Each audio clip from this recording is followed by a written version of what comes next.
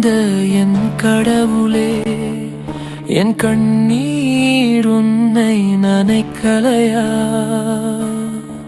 காலம் முழுதும் உன்னை கூப்பிட்டேன், என் குரலும் செவியை எட்டலையா? நான் பேச நீ கேட்க மௌனம் கலைப்பாயா? இல்லையே, நான் பேசி முடிக்கட்டும் என்று காத்திருப்பாயா?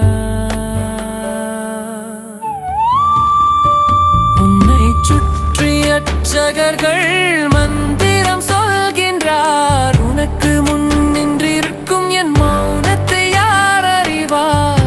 சொல்ல வார்த்தைகள் தீர்ந்து போய் சுருங்கி நின்றேனையா, என் சுவாசம் மட்டும் சொல்கிறது